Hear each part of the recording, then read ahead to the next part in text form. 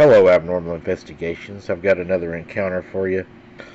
Hope y'all are having a good night.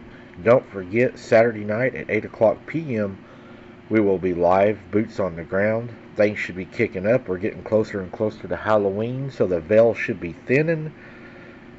I'm hoping to get a lot of action. From what I'm reading and everything, the veil should be pretty thin Saturday night with what we've been getting anyways, the EVPs, and going back to some of these locations, guys. We may really start seeing some things. It might get really interesting. I've got this encounter that was sent in from Greece. We hardly ever do any overseas encounters. I was glad to get this one. I was excited today to get it. A little bit of a warning here, guys. It does have a little bit of graphic material in it, so it may not be for everybody. And we will get right into it. I'm a 17-year-old boy living in northern Greece. The legend of the werewolf is deeply rooted here. For the past 3 weeks, I've experienced something that has left me shaken.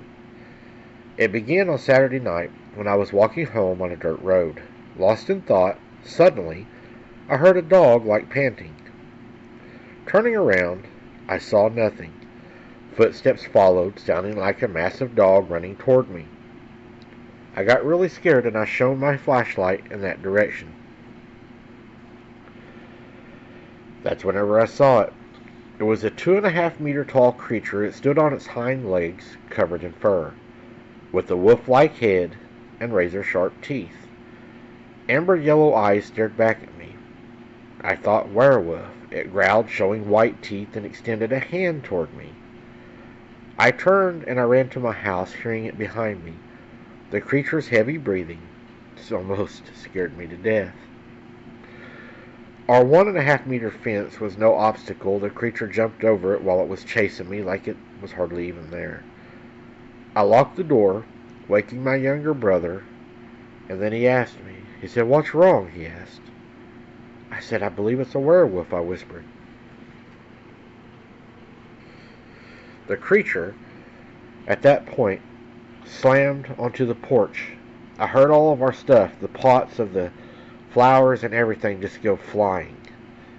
And then it starts slamming on the door, beating on the walls hard enough that the pictures on our walls of our family and friends started to fall. I thought it was going to tear the damn wall down. This was so scary, so loud, it made you just want to cover your ears and scream. I was terrified. My parents returned home concerned and started asking us what had happened. The creature had quit about 15 minutes before my mom and dad had arrived.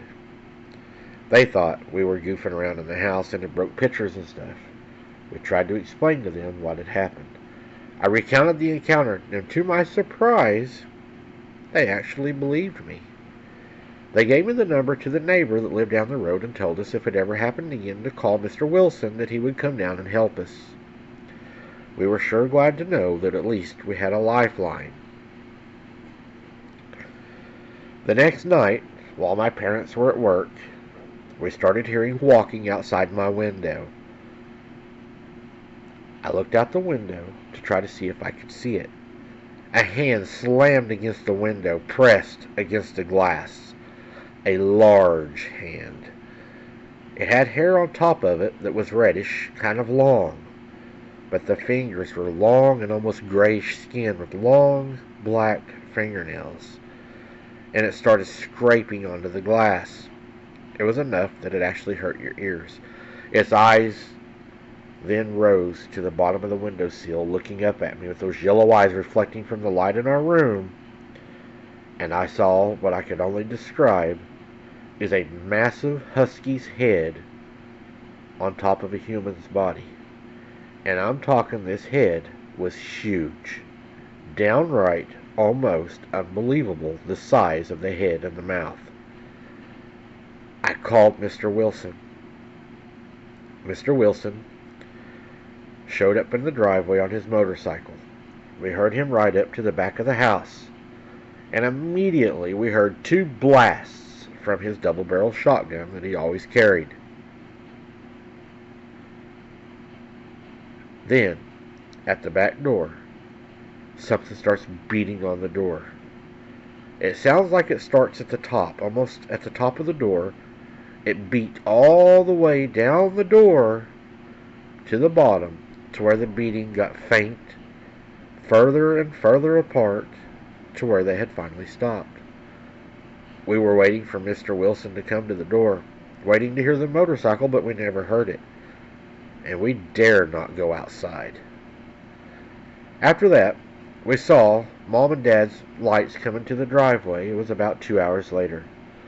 As they pulled up to the door, I heard my mother scream like I'd never heard her scream before, and I heard my dad yelling, "Call an ambulance." We busted out of the door that was adjacent to that door to circle around to where my mom and dad were at, and when we got around there laid Mr. Wilson, the most horrific sight I had ever seen. His eyes were gone. There was only huge holes where his eyes had been, and the most disturbing thing that I will never ever forget as long as I live, and I still have nightmares over this, Mike. It's hard for me to talk about it. His bottom lower jaw was completely ripped off. I could see down his throat and only his upper teeth. His hands were filled with blood. I don't know if they were injured or if it was from him holding his face from something ripping his jaw out. But the beating we heard on the door was from his handprints beating on the door for us to let him in. Sometimes I feel I was at fault for not opening the door, letting him lay out there and bleed to death the way that he died. This creature had to have just pushed his eyes completely out or ripped them out. I'm not sure how. All I know is there was no eyes, just empty, bloody eyeball sockets. And those upper teeth. That's all you could see. And then down his throat. Whatever had done this had shredded him. His bottom jaw later, I heard my mom and dad talking, but his bottom jaw was found. Whenever they found his bottom jaw, they had found it stuck in his boot. Ironically, we don't know if the creature stuck it in his boot or when he ripped it off, it fell down into his boot. Either way, this is the most horrific thing I've ever seen in my life. I am still on antidepressants. I take an antipsychotic medication because of what I've seen. I live in the city. I feel safe hearing the cars and the loudness of the vehicles and the people talking. But deep down, when you know what survives out there, it's hard to come to terms with.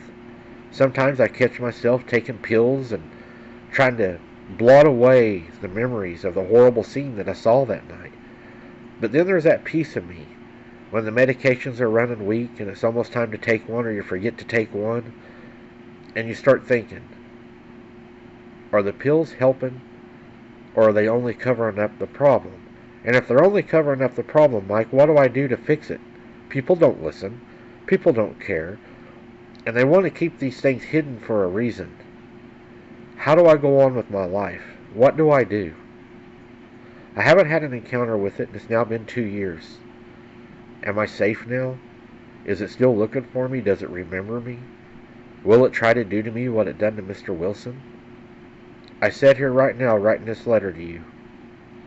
And I'm crying because it really bothers me. It scares me. What the hell are these things and why are they here? I need answers. That's the only reason I wrote in.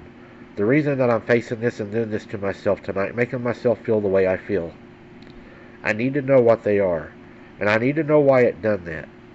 Can anyone please help? Thank you for sharing my story. A brother across the pond. I